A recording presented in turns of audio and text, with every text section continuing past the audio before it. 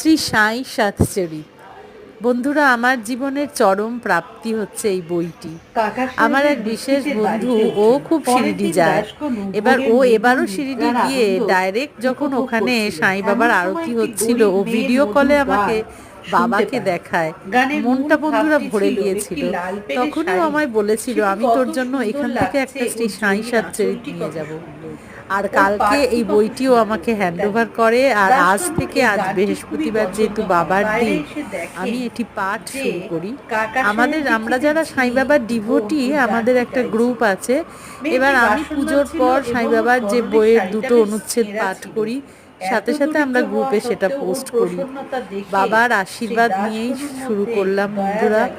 আর বাবার আশীর্বাদ আছে বলেই সুদূর শিরডি থেকে এই বইটা আমি পেলাম।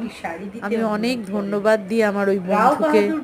আর সাই বাবা তো আছেই সবার